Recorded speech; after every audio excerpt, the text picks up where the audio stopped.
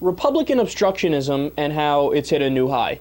Now, to those of you paying attention, to those of you who listen to this show or who are political/news junkies, you already knew that this was the case. This comes as no surprise. This isn't like breaking news I'm giving you here. But listen to this. So the Consumer Financial Protection Bureau, which I've talked about on this show, I'm sure you guys know about it, it's done a lot of good, right? And specific examples of that are when credit card companies, I know Discover was one in particular, and I think there was one other, they were overcharging their customers and basically selling them a shadow product. So there wasn't any, identity protection, but they said, oh yeah, we're selling you identity protection, it's going to cost you whatever, it's an extra 5 cents or $1.20 a month, right? And they would just charge you for it. Now, some people, they said, oh, you have identity theft protection and we charge you X amount. And some people, they didn't even tell them. They just started charging them the extra amount of money every single month, right? So the Consumer Financial Protection Bureau looked into it and they found that there wasn't even a service they were selling. So they would tell you, yeah, we're selling identity protection, and there was no service associated with it whatsoever. They were just charging you extra money for absolutely nothing. So this is the type of stuff that the Consumer Financial Protection Bureau does. And look, I mean, they basically are there to make sure that financial institutions can't rob us blind, right? So very few people are against this, and if the people who were against this knew the facts, they would be for it. Well, the Republicans are wholly bought and owned by the banks and the financial institutions, as we all know. So they don't like that very much. So they are refusing any appointee from the Obama administration to head the Consumer Financial Protection Bureau. And they're hiding behind a technicality in the law that says, look, these are recess appointments and we're no longer in recess. Obama didn't appoint them during recess.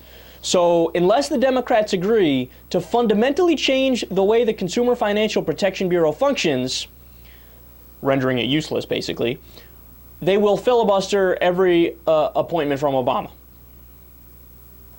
So there are a whole bunch of lessons to take away from this. Number one, Harry Reid's pathetic filibuster reform, wink wink, comes back to bite him in the ass, because he just wanted to say, yeah, we got filibuster reform done. He just wanted to be able to say the words and get political credit for it. He didn't realize people are actually paying attention to the specifics of the deal. And of course, as you all know, we went over that in detail the other week. It was no actual filibuster reform. It was the most pathetic excuse for reform I've ever seen in my life. The Democrats still need a supermajority to pass anything, right? So Harry Reid gets bit in the ass by his ridiculous, pathetic reform. The media is nowhere to be found to talk about this historic Republican obstructionism. This is unprecedented what they're doing now, saying that, hey, it's a recess appointment. You didn't do it in the recess. You're not allowed to appoint them. You know, presidents in the past got their leeway. Why? Because they're the president. They get to make the appointment.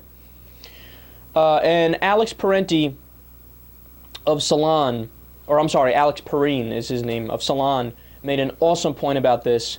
He said, quote, imagine if 41 Democratic senators announced that they were going to block the appointment of any drug czar until the Office of National Drug Control Policy was reformed to make it an agency tasked with supporting the legalization and then cultivation and sale of marijuana. Imagine that they were able to prevent the ONDCP from functioning entirely. And this just shows you.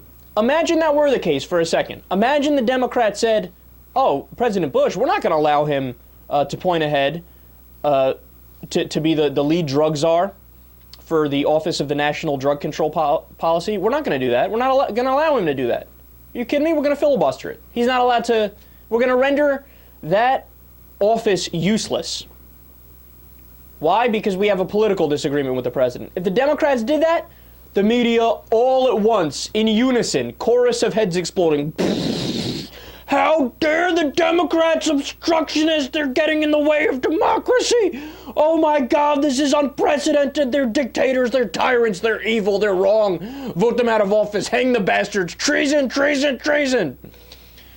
It would be in unison, the media would flip out. In unison, the Republican Party would all call press conference and talk about how this is something we've never seen. The Democrats are like Mussolini. They are tyrants. They are dictators.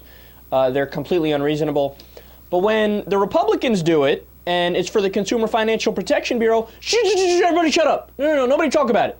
CNN, I haven't seen a story on it. MSNBC, I haven't seen a story on it. Fox News, don't make me laugh. ABC, no story. CBS, no story. I haven't seen any news story on this whatsoever. The only article I've even seen, and usually printing is better than, on TV, but the only article I've seen is from Alex Perrine on Salon.